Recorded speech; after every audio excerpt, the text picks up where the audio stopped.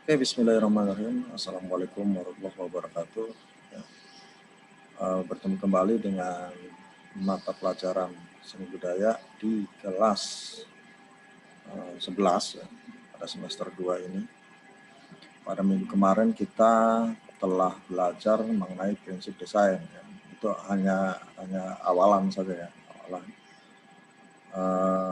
Untuk hari ini kita nanti akan belajar dari buku panduan LKS ya, yang sudah kalian miliki tentunya.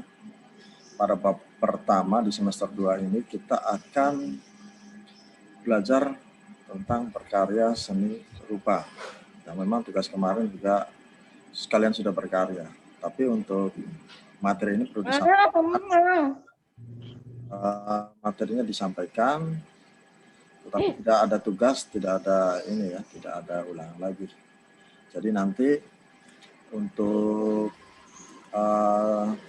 minggu berikutnya kita masuk ke bab berikutnya, bab 2 untuk yang seni musik. Next, jangan lupa absen ya di kehadiran di chat saja. Dan absen ini tidak boleh diwakilkan ya. Bagi yang tidak hadir tidak boleh mewakilkan. Jadi silakan sesuai dengan akunnya masing-masing untuk absen biar ada kejujuran di antara kita begitu. Oke, sebelum kita mulai pembelajaran, baiklah kita berdoa terlebih dahulu supaya pembelajaran hari ini mendapatkan manfaat ya. Baiklah kita sama-sama menurut kepercayaan dan agamanya masing-masing. Berdoa dimulai.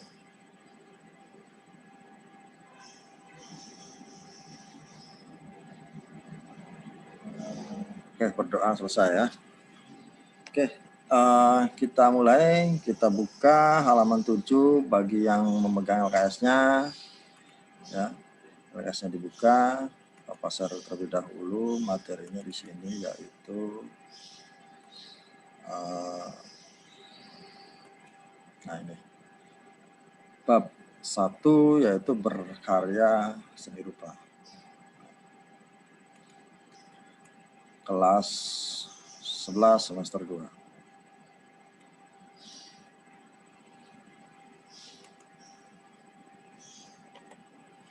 Oke, kita persepsi terlebih dahulu ya.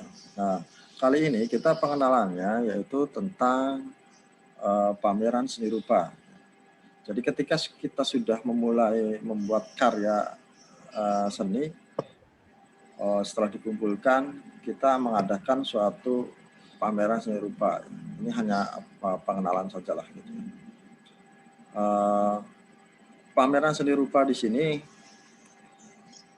dari pengertiannya kalau kita lihat kegiatan yang dilakukan oleh para seniman. Ya. Kalau kalian membuat suatu karya seni, itu kalian bisa dikatakan sebagai seniman. Seniman itu adalah orang yang bisa ataupun biasa atau hanya sekedar tugas ya membuat karya seni, jadi manusia seni.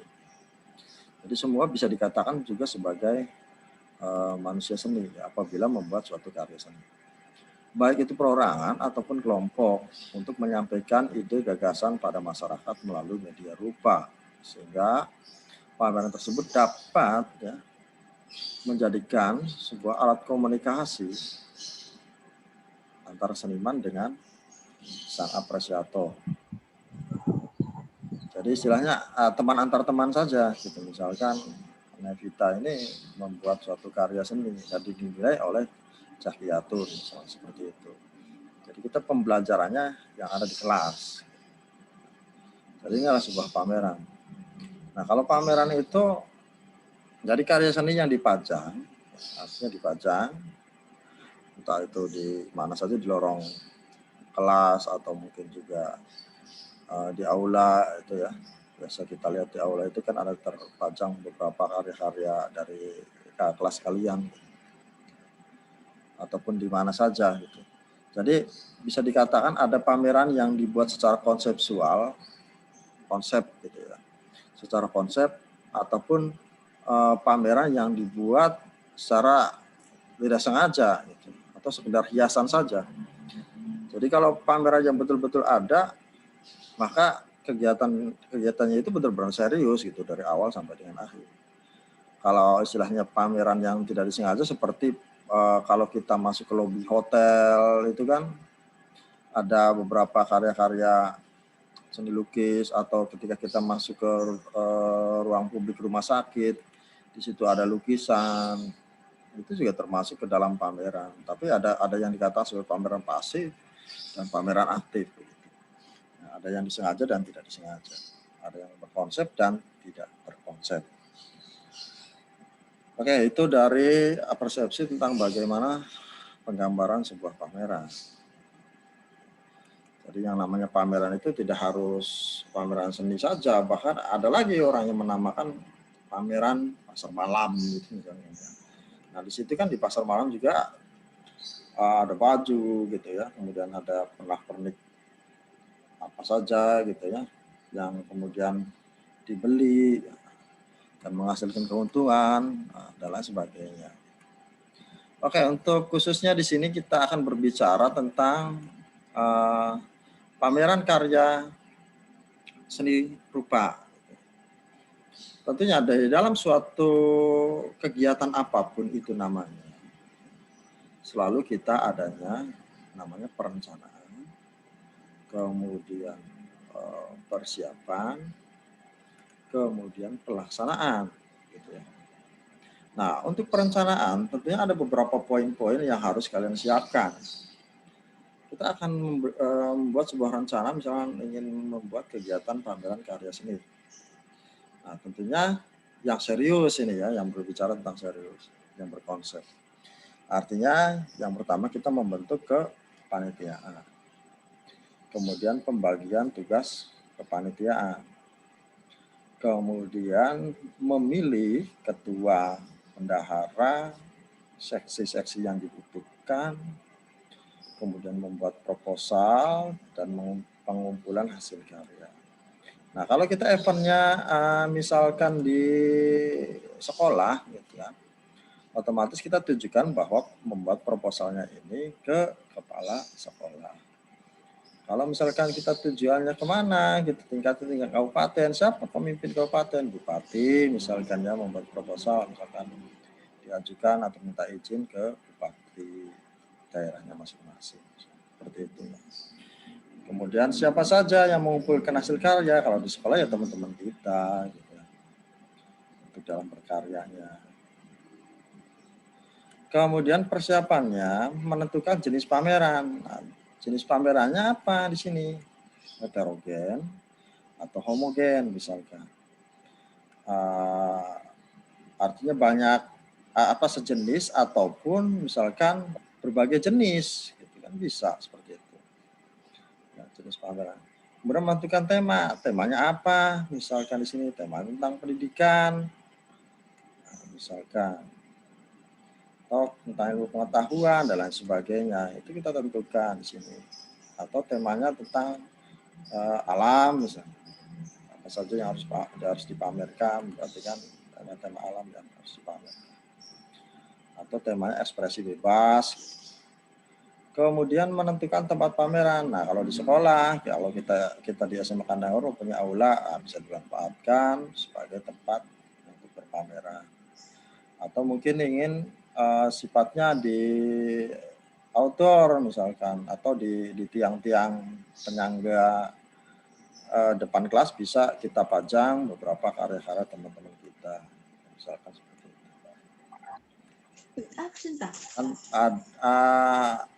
Menentukan tempat pameran itu bisa outdoor, bisa indoor. Berikutnya untuk pelaksanaan. Pelaksanaan itu hubungannya dengan penataan ruangan. Kalau misalkan pamerannya di dalam ruangan, kalau di luar ya beda lagi. Kemudian penataan hasil karya. Biasanya untuk penataan hasil karya di sini dari awal ya sampai dengan akhir. Artinya ketika pintu masuk itu biasanya suatu karya seni yang bisa dipilih oleh kurator itu yang bagus-bagus dulu, biar menarik minat. Kalau misalkan sudah masuk udah jelek dulu, wah sananya pasti jelek katanya begitu. Kita harus bisa memberikan image, memberikan pola pikir kepada pengunjung bahwa karya seni ini bagus-bagus, misalnya seperti itu. Maka dipajang dari pintu masuk itu karya-karya yang terbaik lah istilahnya. Kemudian kelengkapan informasi. Nah, apa saja kelengkapan informasi? Mungkin di situ ada semacam katalog. Ya. Jadi katalog semua karya yang memuat keterangan-keterangan. Jadi setiap yang menonton atau apresiator itu ketika melihat pameran kita ada informasi yang dapat dilihat dari sumber katalog itu. Misalkan karya lukisan, misalkan babi rusa ini dibuat oleh siapa, ukurannya apa, bahannya apa, kemudian bila perlu ada deskripsinya seperti apa, di situ fotonya juga ada. Kemudian setelah pelaksanaan pasti ada penutupan, gitu ya. Kemudian ditutup, kemudian adanya evaluasi. Nah, evaluasi ini kan tentunya ada kekurangan dan juga ada kelebihan. Kekurangannya di mana, apakah pengunjungnya banyak yang respect, atau kelebihannya misalnya pengunjungnya sangat banyak, kelebihannya misalkan banyak yang membeli dan lain sebagainya. Nah, itu kita katakan saja pada evaluasi. Berikutnya, ini ya, menganalisis konsep, prosedur, fungsi, tokoh dan nilai estetis sebuah karya seni rupa. Konsep dalam kajian seni rupa ya di sini ada aspek visual, aspek konseptual, aspek kreativitas dan aspek keterampilan. Jadi konsep itu akan berhubungan dengan tema ya, sebuah karya seni yang akan berpameran. Nah, khususnya di sini adalah karya seni rupa. Aspek visualnya bagaimana? Gitu. Penggambarannya seperti apa? Itu yang perlu kita bicara. Mungkin yang namanya visual itu yang terlihat gitu kan. Mungkin di dalam aspek visualnya itu terdapat unsur-unsur seni rupa yang membangun sebuah karya. Entah itu masalah bagaimana warnanya, entah itu bagaimana bentuknya dan lain sebagainya. Ya, aspek konseptual ini berhubungan sekali dengan konsep yang akan dibuat. Berhubungan juga dengan tadi ya, dikatakan di awal bahwa berhubungan dengan tema pameran.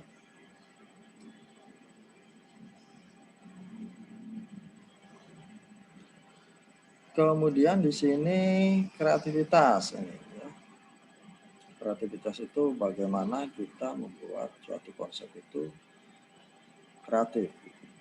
Artinya berbeda dengan yang lain. Dan baru aspek keterampilan. Keterampilan bagaimana kita membuat suatu karya. Kemudian prosedur apa yang harus dilakukan? Bahwa prosedur ini adalah tata cara berkarya yang dimulai dari ide hingga terciptanya karya. Ini tentunya kalau kita membayangkan sesuai dengan temanya apa nih sekarang. Jadi kita harus membuat karya seperti ini. Maka idelah yang memancing kita untuk membuat karya. Dan gagasan yang akan tercipta sehingga diwujudkan dalam visualisasi karya. Kemudian fungsi karya seni. Fungsi karya seni di sini pada hakikatnya adalah berfungsi pada konteks tertentu. Misalnya fungsi seni bagi perupa terapan adalah menciptakan benda guna yang estetis. Kalau misalkan untuk yang seni murni ya istilahnya adalah karya seni yang dapat dipajang misalnya. Akan berbeda konteks misalnya. Karena fungsi karya seni itu kan ada dua, ada terapan, ada murni. Kemudian berikutnya tokoh karya seni rupa. Jadi kita juga harus mengenal beberapa tokoh-tokoh karya seni rupa seperti Raden Saleh, Avandi, Basuki Abdullah, Sujoyono, dan lain sebagainya. Kita ketahui bersama dan harus tahu gitu sebenarnya Raden Saleh itu adalah pencetus pertama perupa di Indonesia yang belajar sampai ke Eropa gitu. Sehingga karyanya itu disejajarkan dengan karya seniman-seniman Eropa. Itu Raden Saleh. Dan kebanyakan aliran yang dia buat itu menggunakan aliran realisme. Kemudian berbeda lagi dengan Avandi. Avandi memang awalnya realis, gitu ya. Tetapi dia kemudian menemukan sebuah ide yang tadi dari prosedurnya itu dia membuat suatu karya seni ekspresionisme. Karya seni ekspresionisme ya, yang dikenal itu. Jadi penggambaran garis-garis yang bersifat ekspresionis membentuk sebuah lukisan. Kemudian kalau di luar negerinya seperti Vincent van Gogh gitu ya. Vincent van Gogh juga hampir sama seperti Avandi, yaitu realis. Dan Rembrandt, kalau Rembrandt seperti pada LKS halaman 10 itu ya karyanya itu dia membuat lukisan secara realis. Sama halnya dengan Raden Saleh. Kalau di Indonesia juga selain Raden Saleh ada Basuki Abdullah yang terkenal membuat lukisan Nyi Kidul gitu ya, Basuki Abdullah. Kemudian nilai estetis atau yang dikenal dengan estetika itu identik dengan seni dan keindahan. Jadi memang pendapat ini kan tidak salah ya, yang namanya seni itu indah. Ada yang mengatakan bahwa seni itu kurang indah, ada juga seperti itu. Tergantung dari bagaimana kita menilai secara objektif ataupun menilai secara subjektif. Seperti halnya ada beberapa kebosanan ya. Kadang-kala seorang seniman itu merasakan suatu kebosanan yang sangat gitu ya. Seperti halnya ketika melihat lukisan realis, ya, realisme terus gitu ya, bosan gitu, ingin membuat suatu karya yang lain daripada yang lain, maka muncullah beberapa aliran-aliran seperti tadi yang dikatakan adalah ekspresionisme, ada lagi abstraktisme,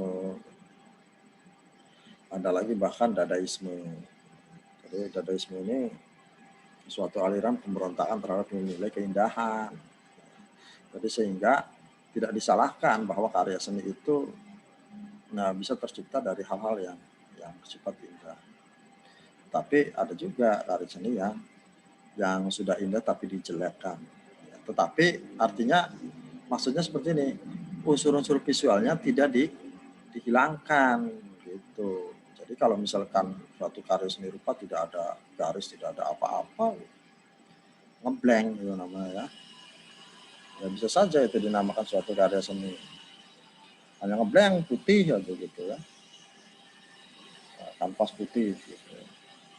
Mungkin bisa melihatnya secara gaib gitu ya.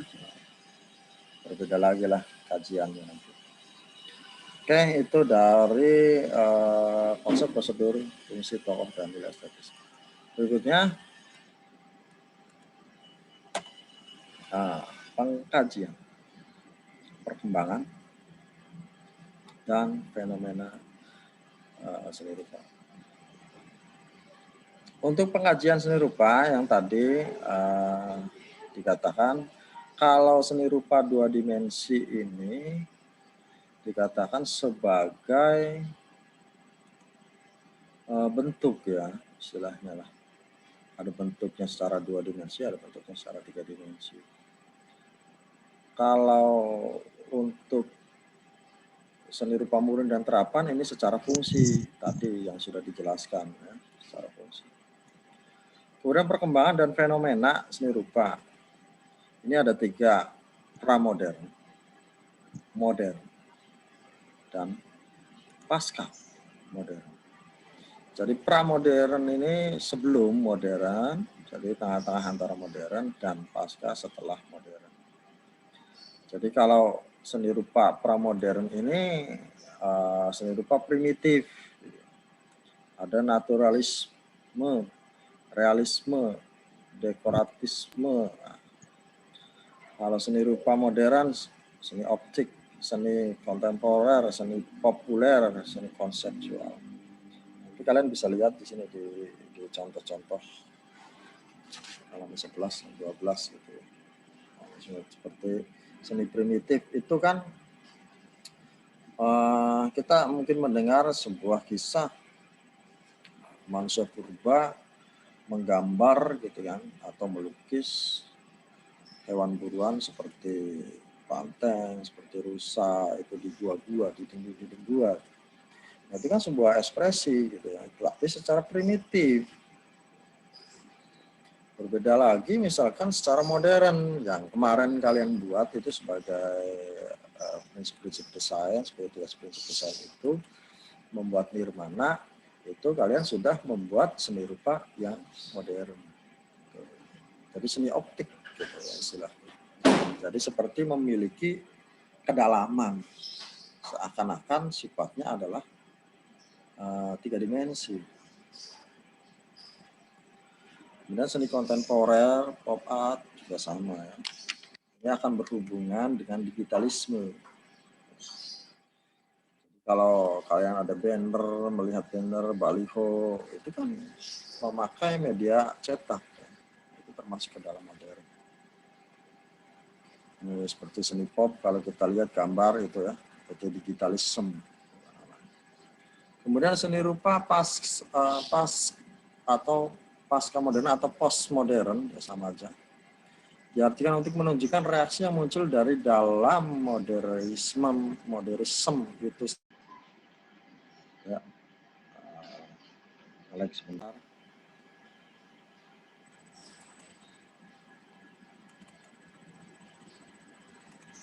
Jadi modernismenya itu sendiri gitu ya. Seperti di sini beberapa contohnya plastik. Ya. Adalah karya sastra atau seni atau arsitektur yang disusun dari elemen-elemen yang dipinjam dari berbagai pengarang seniman atau arsitek dari masa lalu.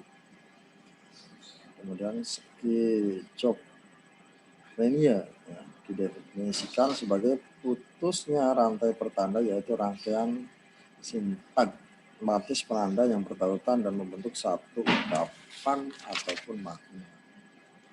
Dan sampai dengan Kitsch berakar dari bahasa Jerman yang artinya membuat murahan, berarti memungut sampah dari jalanan. Jadi kadang-kadang sampah-sampah plastik itu dibuat sebuah karya seni. Seperti halnya kita kresek itu gitu ya. Plastik kresek yang sekarang tidak terpakai, apalagi plastik sangat sulit untuk diurai, bisa kita manfaatkan menjadi karya seni.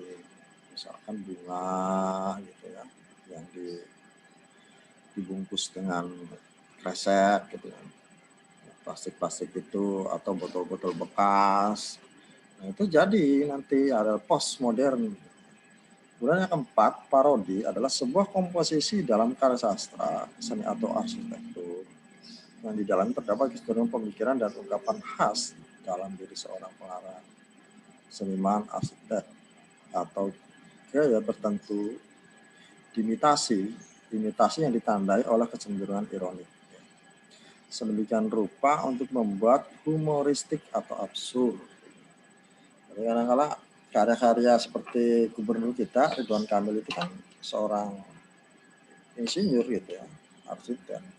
Jadi membuat karya itu sangat luar biasa. Biasanya kebanyakan dari lulusan ITB gitu ya, yang banyak membuat hal-hal seperti itu. Oke, sampai di sini mungkin adakah pertanyaan? Ya. Mungkin materinya sampai di situ. Ya. Barangkali ada yang mau bertanya. Enggak, silakan.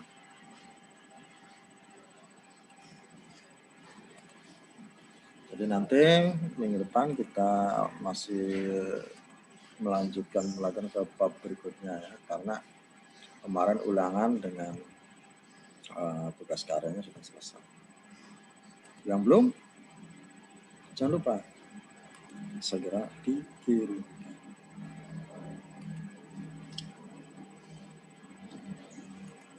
Ya, dikirimkan, jangan lupa. Ada lagi nih yang mau absen? Silahkan. So, nanti Bapak copy absen.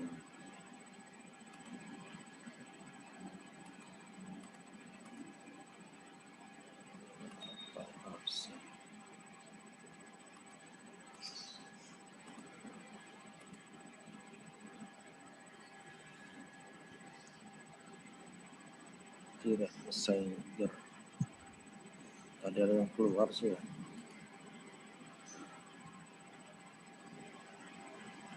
Ini baru sedikit nih absen.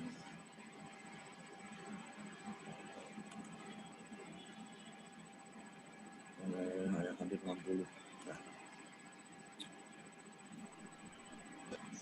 Oke, sebelum kita tutup, kita foto bersama terlebih dahulu ya. Untuk laporan, silahkan dibuka kameranya. Kameranya dibuka dulu, kita share dulu. Nanti hasil dari materi ini Bapak share ke YouTube ya, channelnya Bapak gitu. Nanti kalian bisa lihat hasilnya di situ. Dan kalau tidak muncul foto kalian ya tidak akan muncul gitu ya. So, silakan. Siti Nurjana, Agnes, Damini, Tio, Uli, Riva, Sri, Astuti. Ini ada berapa slide? Ada 3 slide. Sok dibuka semuanya dulu. Biar nanti di channel YouTube-nya itu kelihatan ya, wajah-wajahnya.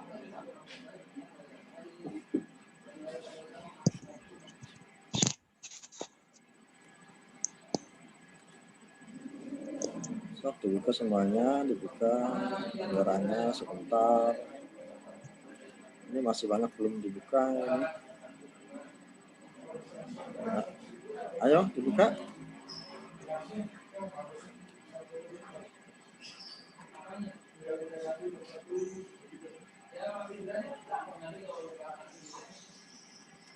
Nah, siap dibuka nih. Mohon maaf kalau tidak dibukanya. Bentar.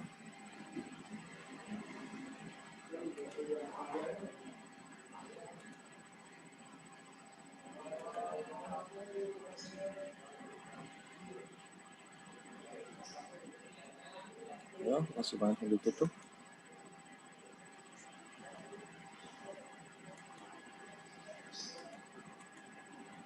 Oke, Bapak hitung ya. Oke, dulu bentar. Saya naik turun.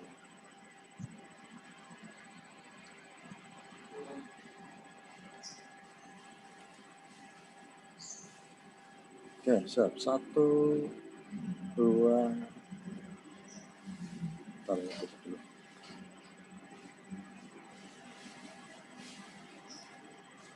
1, 2, 3. Oke, slide pertama. Disimpan dulu di grup.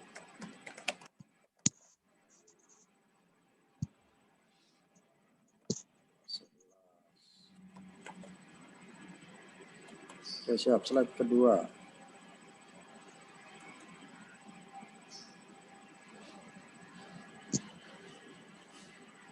Slide kedua, siap. 1, 2, 3.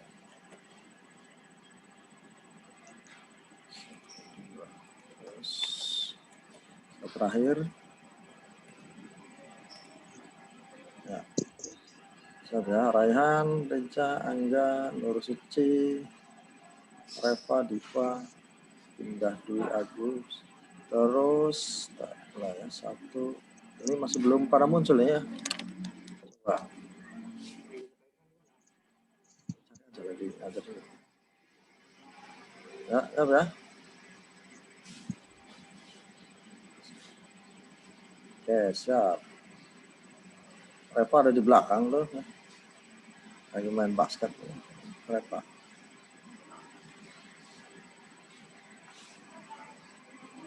Ini munculin mukanya lah. Ya, isin-isin teman.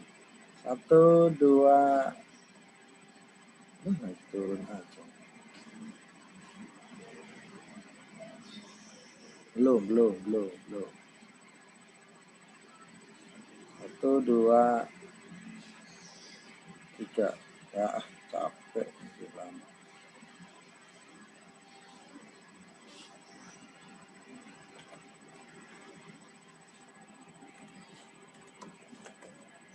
Dah. Ya.